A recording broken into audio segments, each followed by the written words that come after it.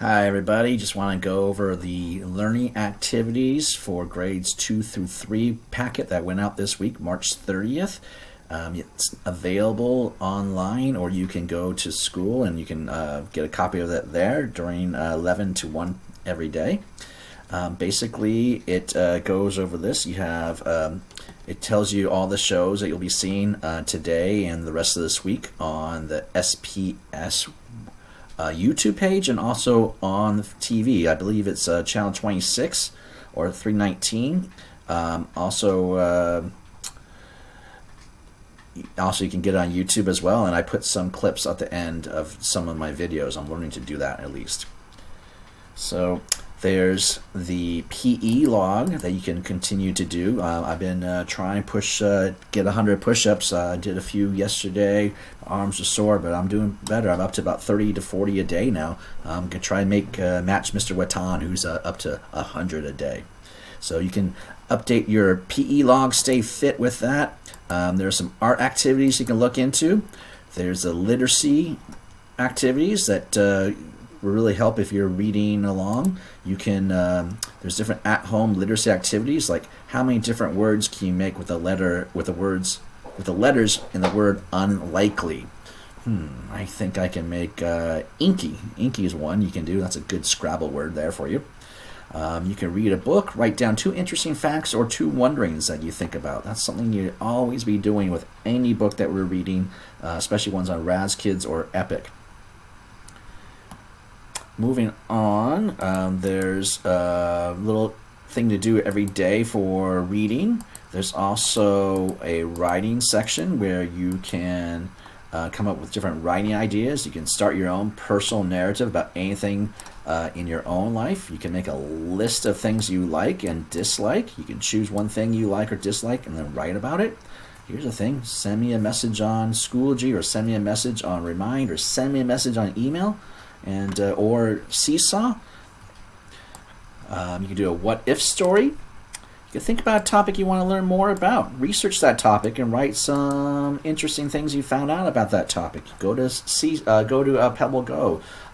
Use any of the online academic resources we have here in Seattle. Then moving on page 27, so there's writing for every day, and there's also a reading log included in there as well. There's some math games you can play with your families at home.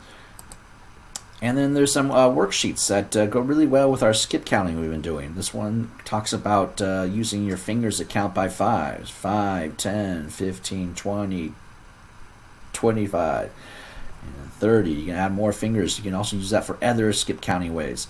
There's more skip counting and groups of activities. So each day there's something you can do dealing with the multiplication tables of 2, 5, and 10. More skip counting. Lots of patterns we've been looking at there.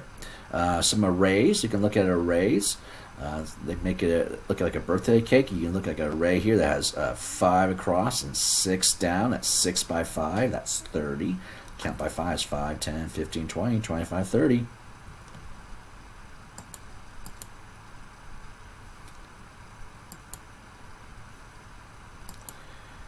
Then later on, at the end of the packet, there's a really long section about, lots of math that's on here. Lots of math to keep you busy. Weather and climate.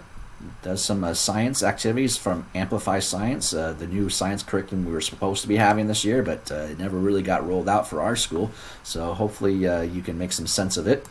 It gives you a little letter there, what kind of things you can do. It gives you kind of different scenarios regarding looking at weather, and ask you what kind of weather you like best. Maybe you can write about the weather we've been receiving recently. We've been a lot of rain. Some parts of the city even got a little hail. You make a drawing that explains your thinking and label your drawing. So doing a little weather investigation is a really great way. There's some different way you can measure rainfall. You can even test the temperature of water, and then different activities you can do to investigate looking at water and the temperatures of water. And of course, all good scientists reflect on what they're learning. So, what do meteorologists use tools for? Example, a thermometer to measure weather data. So, why, and what do they do it for? And there's a glossary at the end. And so, 72 pages, lots of things that keep you busy throughout this week.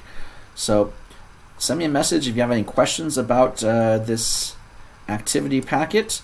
I will put a link in our Class Dojo page, and you can also, there's a link here in the description as well that you can upload it and work on as much as you can. You don't necessarily have to print it out, but as long as you're participating and you're thinking and using your brain, then you're doing the right thing. All right, see you next week for next week's explanation of next week's packet. All right, all the best. Bye.